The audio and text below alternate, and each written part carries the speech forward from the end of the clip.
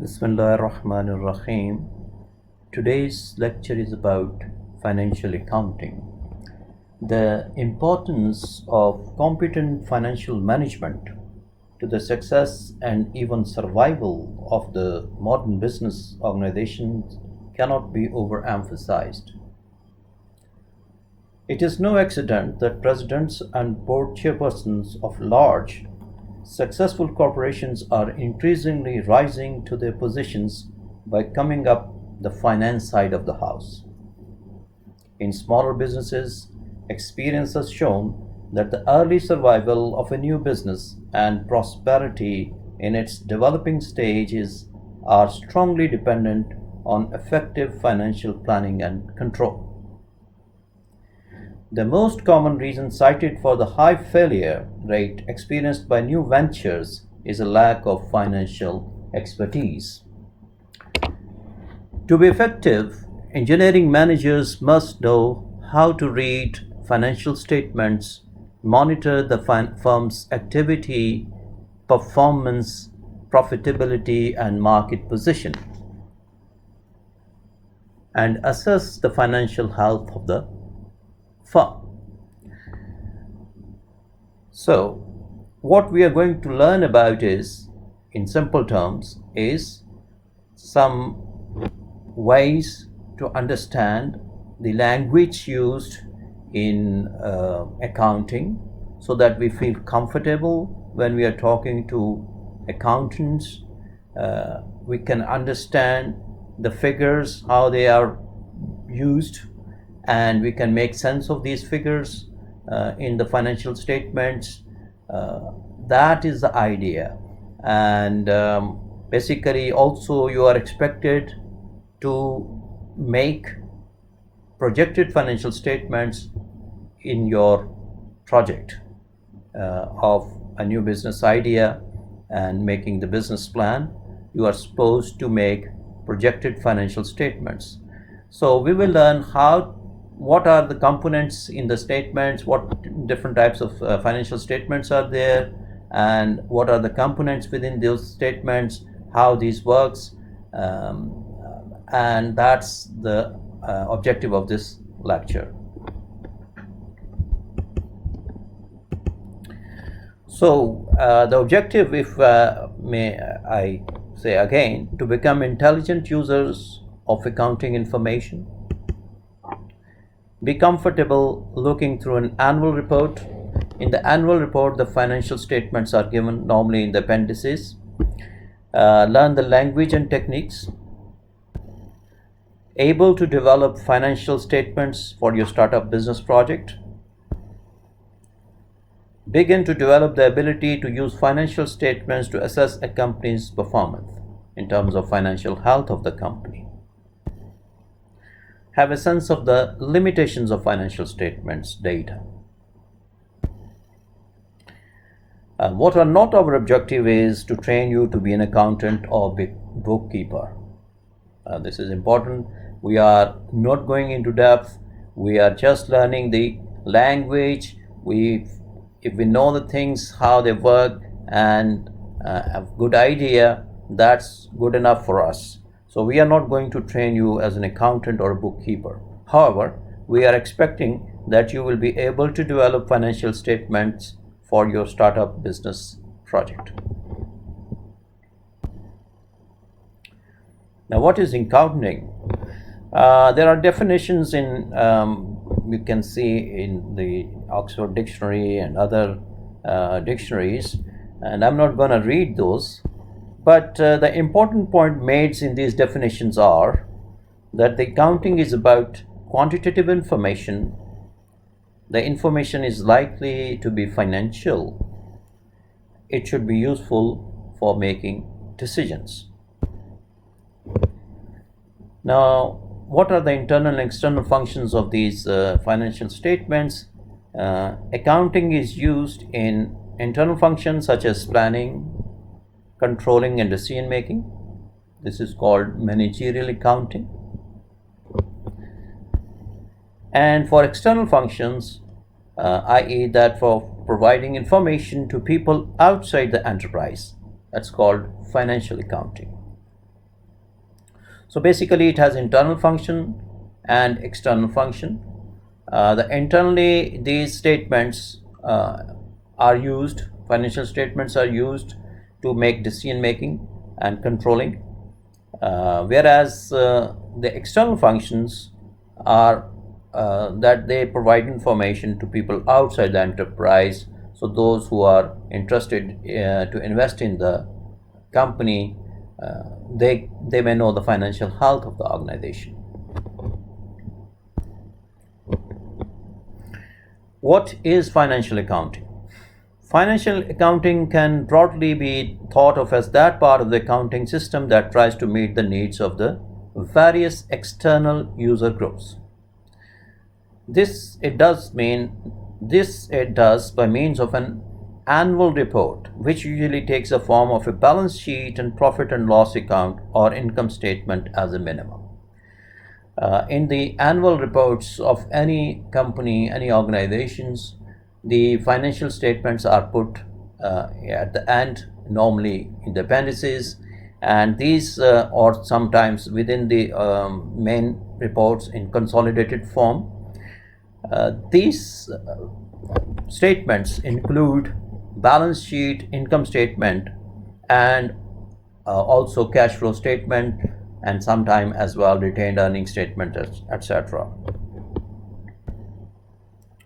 We said that financial accounting is used for external users.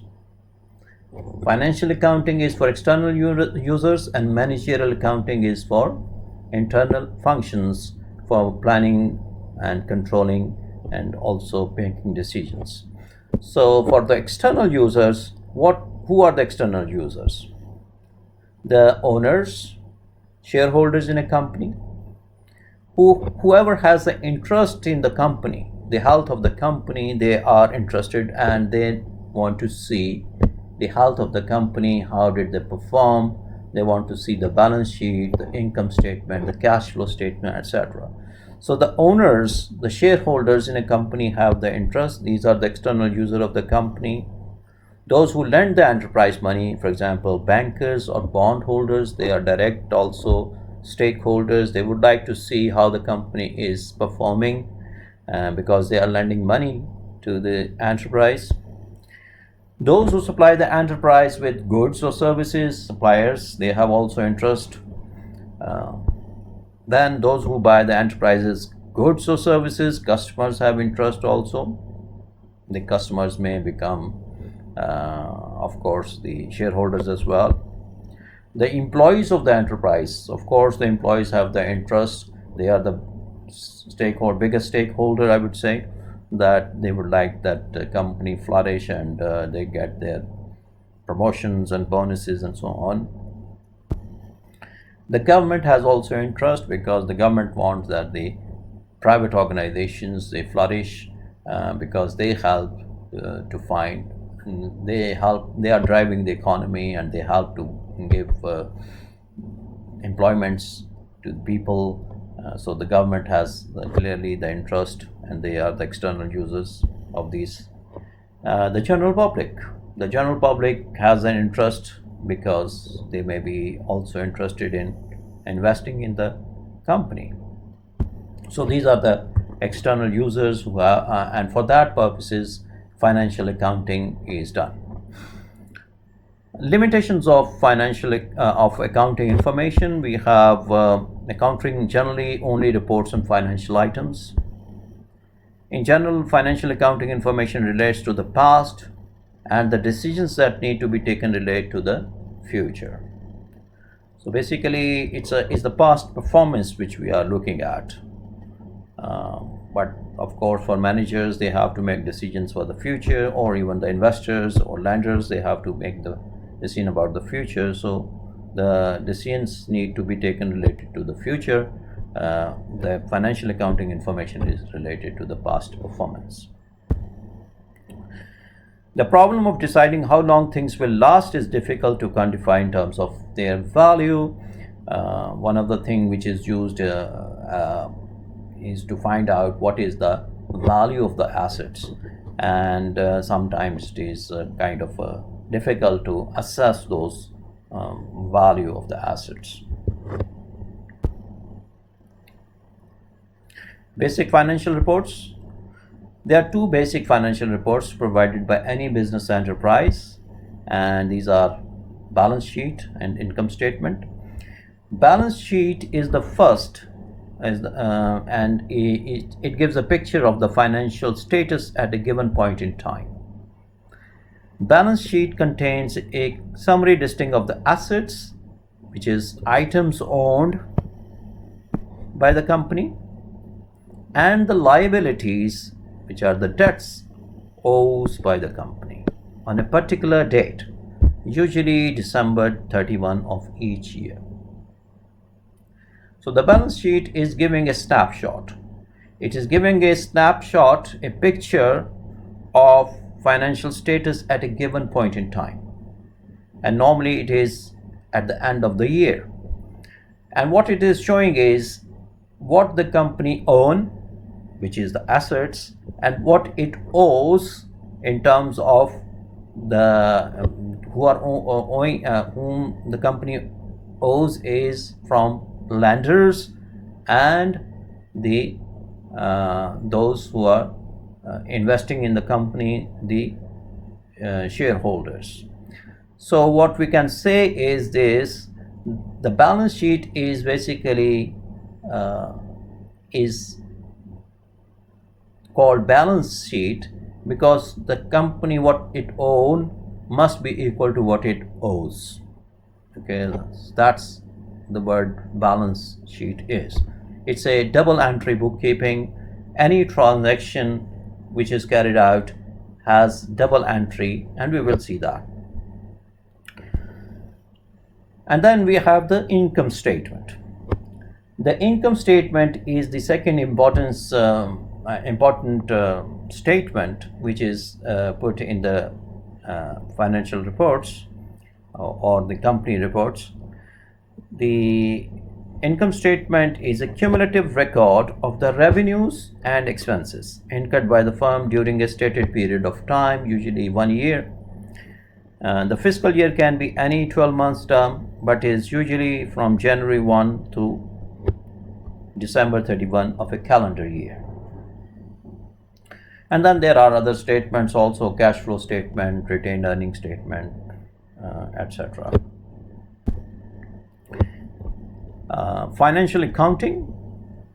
Look at this, how this works. We have, for example, income statement of year 2018, and when this is prepared, is finished, then balance sheet will be giving us the 2018 balance sheet, because one of the things which goes into the balance sheet is the information about retained earnings. So when the income statement is completed, we go to the balance sheet, is updated here, then next income statement, and then next balance sheet, etc. And they are linked together. This means it's showing that the link between the income statement and the balance sheet. Accounting and income equations. Accounting equations for balance sheet is that assets is equal to liabilities plus owner's equity. Why it's called balance? Because we are trying to balance what the company owns in terms of asset must be equal to what the company owes.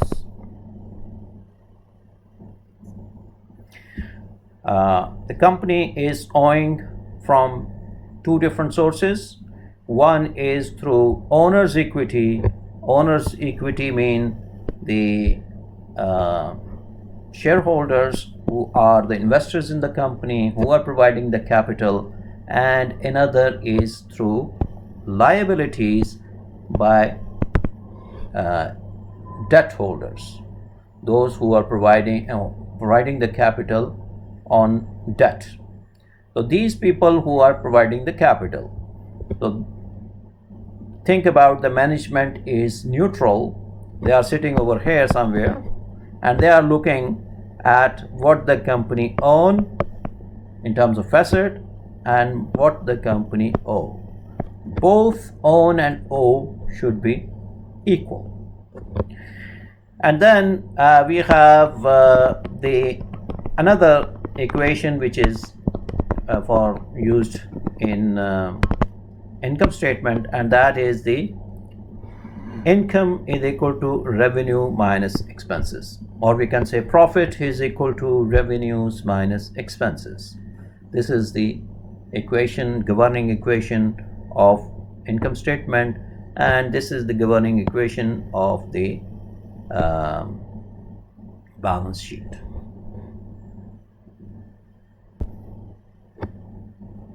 Now what we will do is we will look at the balance sheet, what are the components within the balance sheet, and we will go through all components here.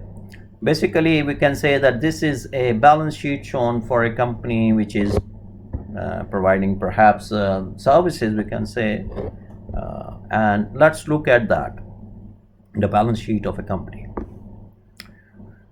The balance sheet contains a summary listing of the assets, and the assets are on the left side. We have the company, what it owns, and the liabilities and owner's equity is on the other side. We can say that what the company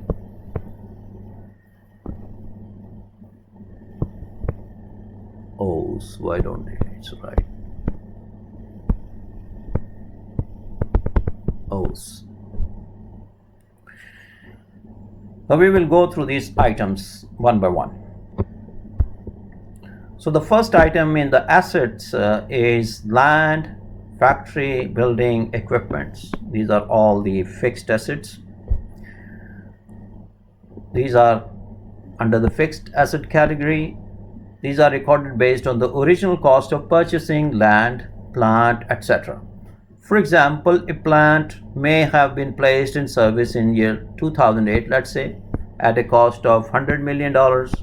Another plant placed in service in 2016 may have cost $200 million. These two items, if they were the only plants in the system, would be reported together in the original cost category as a $300 million asset. Please look at that what we are putting over here is just the amount which was spent on the plants. We are not trying to find out the time value of money thing or future value, etc. Of the assets. We are just recording what was the cost of those items when we, or the price of the items when we bought them. Okay.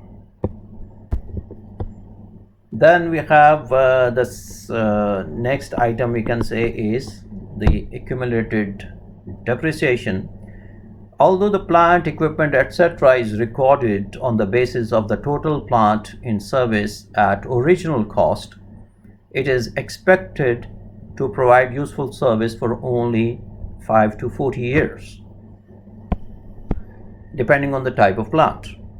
The accumulated depreciation is viewed as the economic life that has been consumed from the assets. So in this part we are actually making note of that the assets life has been consumed. So what is the accumulated depreciation? Okay, how much it has depreciated.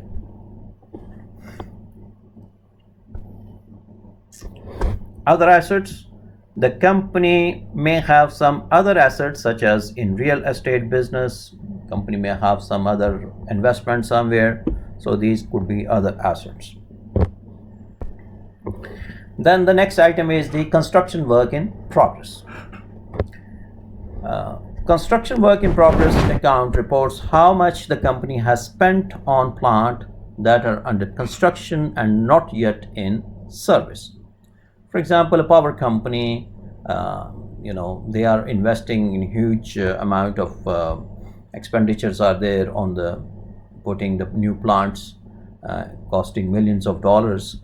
So if the company spends, let's say, $200 million through 2019, on constructing a plant that would be placed in service in 2021, the CWIP account, which is the construction work in progress, in 2019 would report a balance of $200 million. If another $100 million were spent to complete the plant, then when it would be placed in service, let's say in year 2021, the CWIP count would be decreased by $300 million and the plant in service account would be increased by $300 million. So the construction work in progress is actually noting that some construction is going on and what is the asset worth of that construction work. The summation of this is all total fixed assets. Then we have the items called current assets.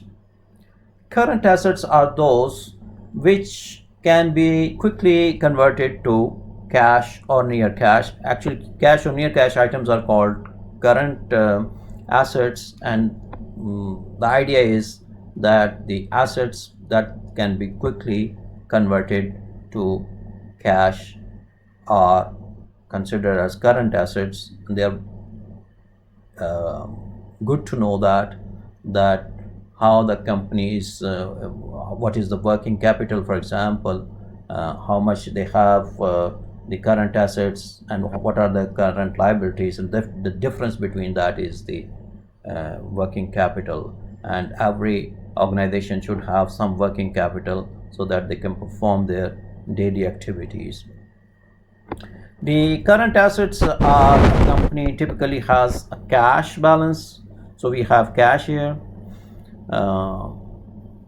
in maybe checking account at a bank in order to provide for the funds needed to conduct day-to-day business. The cash balance can include not only cash and bank accounts but also temporary or marketable securities that the company can easily convert into cash on short notice. Marketable securities may be the stocks, etc. Then we have the accounts receivable. Accounts receivable is the money we're talking about here now, is the money that is owed to the company but has not yet been paid. Now, for example, take example of an electricity company. For example, electric bills that have been sent to customers but have not yet been paid. When the utility sends out an electric bill in the mail, the unpaid bills immediately falls into a category called accounts receivable. As these bills are paid, they will be deducted from the account receivable category and placed into the cash categories. All right. So what we have is this, that it is noting that the bills have been sent and eventually these bills will be received. So it's a kind of an asset. We are saying that account receivables are an assets which the company will have eventually within maybe 1 month or so or 2 months or so. That's accounts receivable.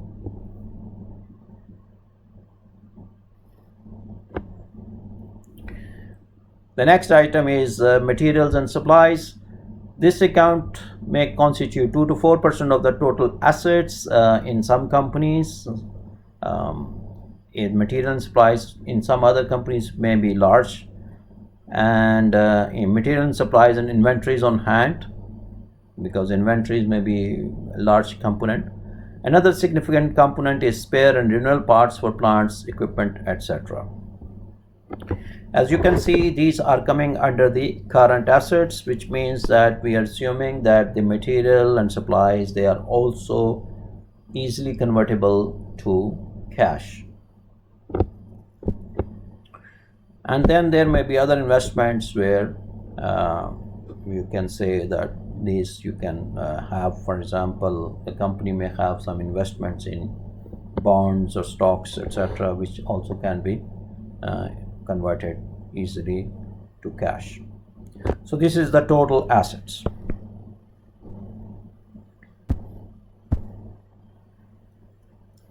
The other investments, the last current asset is other investment. These may be either short or intermediate terms investment that are not immediately converted to cash. A company may also have investments in fuels, consulting, or other related businesses, etc. These are other investments.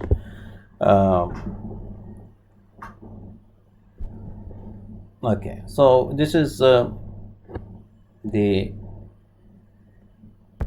total assets. Now the sum of fixed assets and the current assets are the total assets. Now we move to the right side of the balance sheet, which is the liabilities and owner's equity.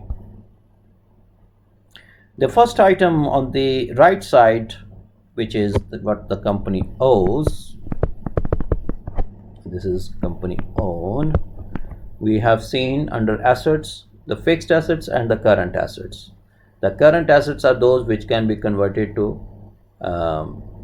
quickly within 2-3 months into cash, is called current assets. Cash or near cash items are called current assets. The others are called fixed assets, like building, equipment, etc. So which we have seen the left side of the balance sheet. Now we are going to look at the right side of the balance sheet. The first item is common stock. The largest type of equity for investor-owned company is in the form of common equity. The companies issue stock on the stock exchanges, which permits public ownership of the company. So when the people buy those stocks, they become the owner of the company. Each common stockholder helps to elect the boards of directors by casting a vote according to the number of shares owned. The proceeds from issuing common stock to the public are recorded under the equity entitled common stock and paid in capital under common stock. Paid in capital. Under common stock is listed the par value times the number of shares. So when the stocks or shares are sold, they are then listed under two items. One is called common stock and another is called the paid in capital. Common stock is noting the value of the stocks at the face value of the stocks. It's called par value. The share has, for example, the stock has a par value which may be $10, but actually the stocks are sold at, let's say, $15 per share. So that difference is noted in the paid in capital. Okay, we will see again. Paid in capital. When a common stock is sold, it must be entered on the books of the corporation at an assigned or legal value, usually designated its par value or stated value. However, the dollar amount for which the stock can be sold is determined by investors' aggregate assessment of the value of the firm, not by the firm's bookkeeping requirements.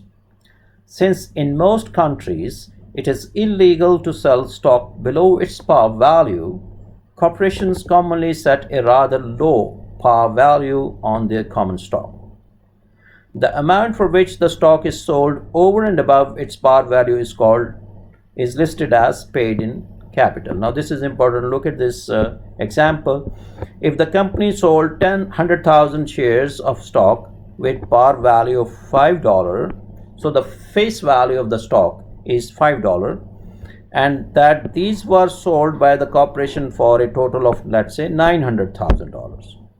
Then the total cumulative proceeds from the sale of the stock over the entire history of the corporation is recorded under these two categories: 500,000 as common stock at par value, which is 5 multiplied by 100,000, and since we sold it at 900,000, then paid in capital is recorded as $400,000.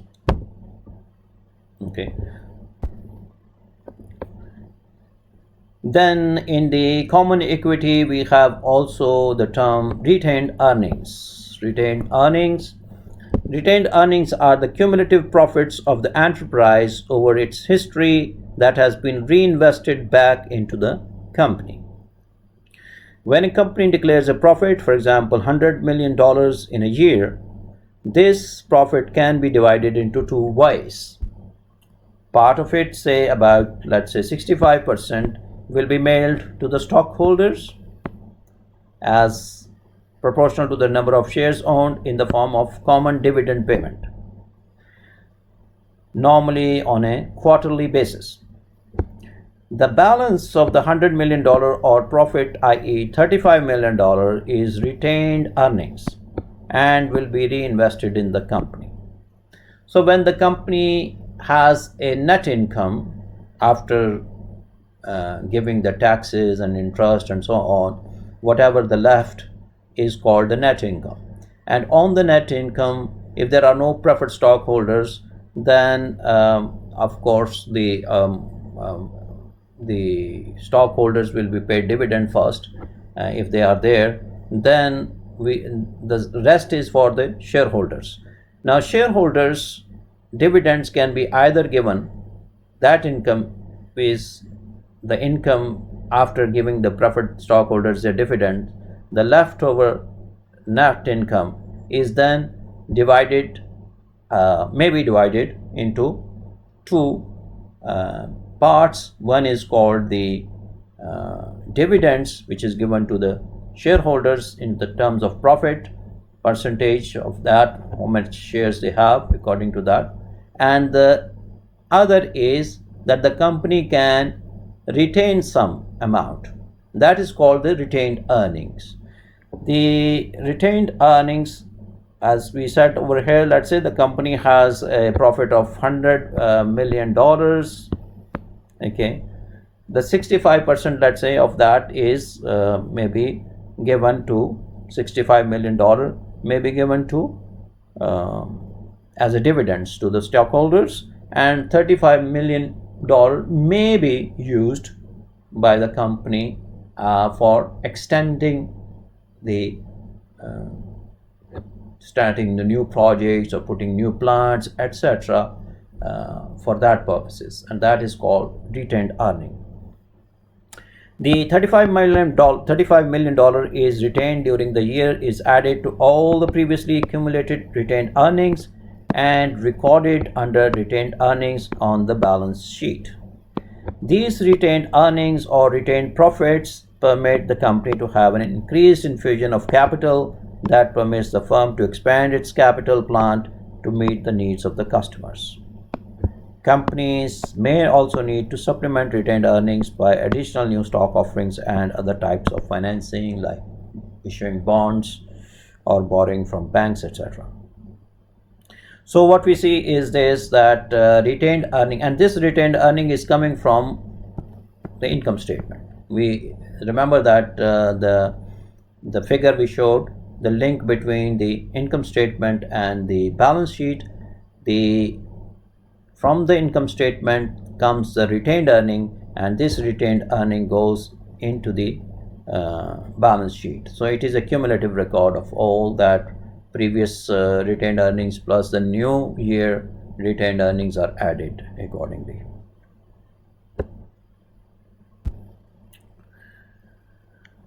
Total common equity, it is the sum of all these three items discussed above. So these are the three items, all three items are called the total common equity. Then we have the preferred stock. Preferred stock is the other form of equity, is called preferred stock. Preferred stock differs from equity in that preferred stock has a fixed yield associated with each offering and usually no vote in the company business. So they have fixed yield. In the common equity and the common stocks, the yields are not fixed, the dividends are not fixed. The company, if they have huge profit, they can enjoy good percentage of dividends or good returns on their investments, whereas For preferred stockholders, they have a fixed yield. So it's kind of close to bonds. It is the only difference between this and the major difference I can say is that the bond holders have a first priority. They usually are sharing less risk and but having also at the same time less yield, whereas the preferred stockholders are in between the common stock and the bond holders. For example, a company may issue preferred stock bearing a dividend of 12% per year. In contrast, common stock has no fixed yield, and dividends and profits on common stocks are entirely dependent on the financial success of the firm. Preferred stock, however, has a guaranteed yield associated with it. So they have to give, let's say, 12% per year. For in this case, we had discussed 12% per year. It depends on the company and how they issue these preferred stocks. Preferred stock, however, has a guaranteed yield associated with it. If the company does very well in a year, the preferred stockholder still receives only the stipulated dividend.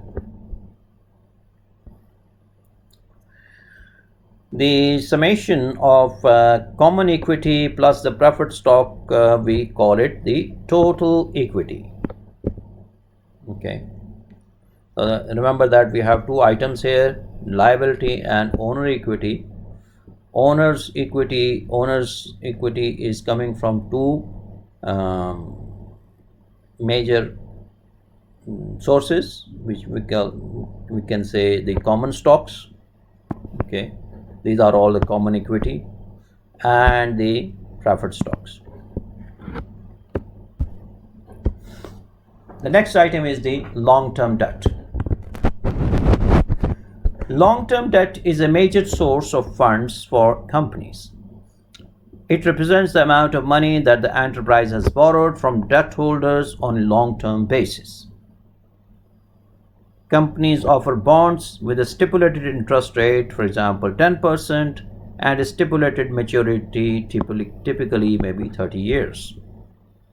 A company issues these bonds as the need arises to meet the expansion needs of the enterprise. All the long-term debt or bonds that the company has issued and not retired, i.e. not paid back to the lenders, is recorded under the category of long-term debt. So the company issues the bonds, and these are bonds are the piece of paper, like stocks are piece of paper. This is another piece of paper. The difference between these is that in the stocks, especially the common stocks, the yield is not fixed. Here in the long-term debt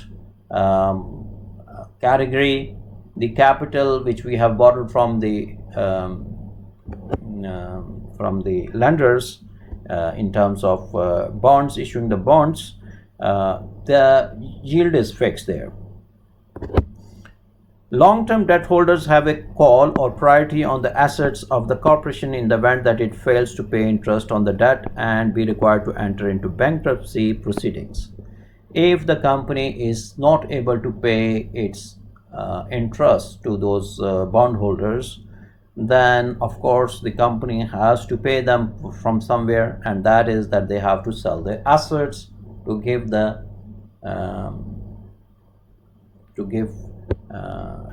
obligation, to meet the obligations of the debt holders. If a business should fail, the preferred stockholders have the second claim to the business assets, and the equity shareholders would receive the remaining balance of the assets. So you can see that the risk which are sharing, the least risk that are sharing are the bondholders.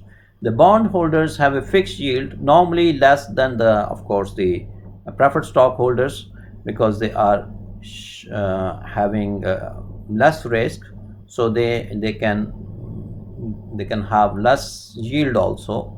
The preferred stockholders have the second call. After the first call is the bondholders. If the company fails, they have the first right to get their money back, and then the stockholders, and finally whatever the leftover is would be given to the equity shareholders. Consequently, we can say long-term debt holders are having advantages of additional security over equity holders in the business. Total capitalization. Total capitalization is the sum of total equity and the long-term debt. So the total equity plus summation of this long-term debt, we can say total capitalization. The next items are the current liabilities.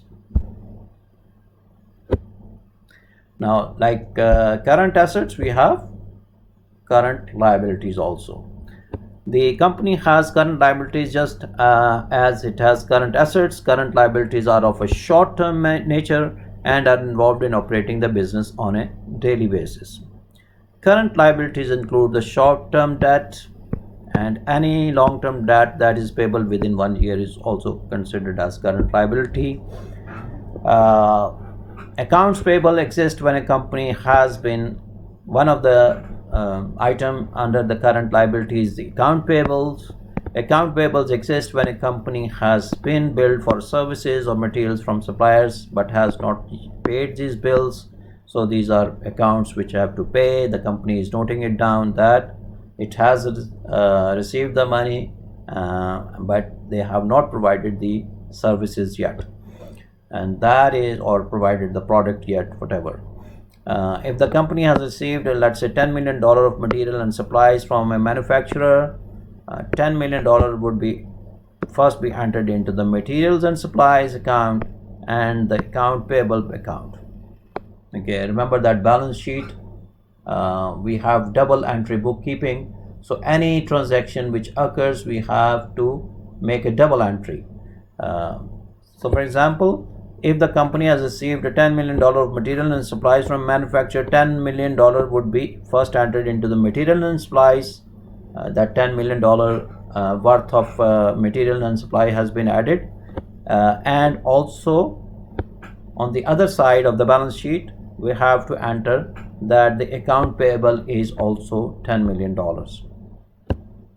After the bill is paid, the accounts payable would be decreased by $10 million and the cash account would be decreased by $10 million. So you can see again another transaction, we paid the accounts payable $10 million, so the cash has gone, and at the same time the accounts payable has been decreased. So it's a double entry bookkeeping. The next item in the balance in the current under the current assets is the customer deposits.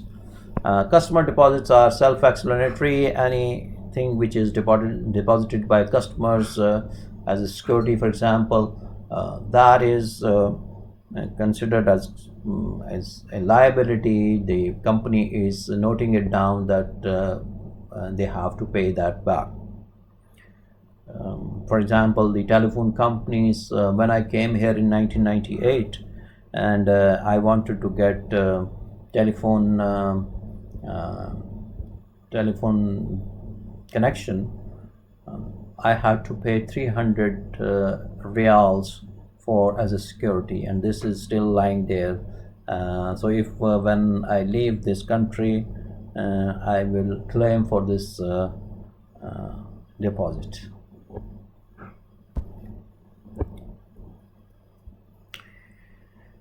The next item under, so we have seen the current liabilities here, the short-term debt, accounts payable and customer deposits. These are current liabilities. Parallel to current assets we had there. Deferred credits. Deferred credits could be current liabilities or could be a separate thing which is another liability. The company may also have additional entries called deferred credits, such as a tax liability incurred but deferred because of tax laws. Remember that when we were talking about depreciation, we said that we can defer the taxes for the later years, and why we do that is because of the time value of money. The company wants the cash now rather than in future. So they can use they can show to the tax authorities that depreciation has occurred, more depreciation has occurred, and depreciation is an expenditure. So showing more expenditure, you will show less income, and less income, if you show, you pay less taxes on it, and that's the advantage of that. So but what the company is noting it down over here is that there is an additional liability, that you have deferred some taxes, that is, you have to pay them later on. Deferred credits could be anything. You might have something like you have received something in advance from some company, and the expenditures have not yet been done to provide that services, and that is, you are noting it down as a deferred credits because you have received the amount in advance. A company may have been able to defer payments of taxes by liberalized tax depreciation of assets. For example, a sum of $40 million, the taxes are not forgiven, only deferred. This further liability of $40 million of additional taxes will be recorded as a deferred credit. Essentially, the company is recording a further obligation that is a liability to the enterprise. And then we have the total liabilities. It is the sum of total equity, long-term debt,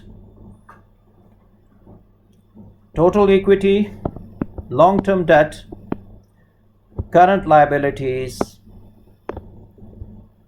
and any deferred credits. The total asset should be equal to the total liabilities, hence the name balance liabilities, and of course the owner equity. Hence the name, it is called balance sheet. Any transaction has double entry noting or bookkeeping. We will see some examples how the double entry bookkeeping works in the coming slides.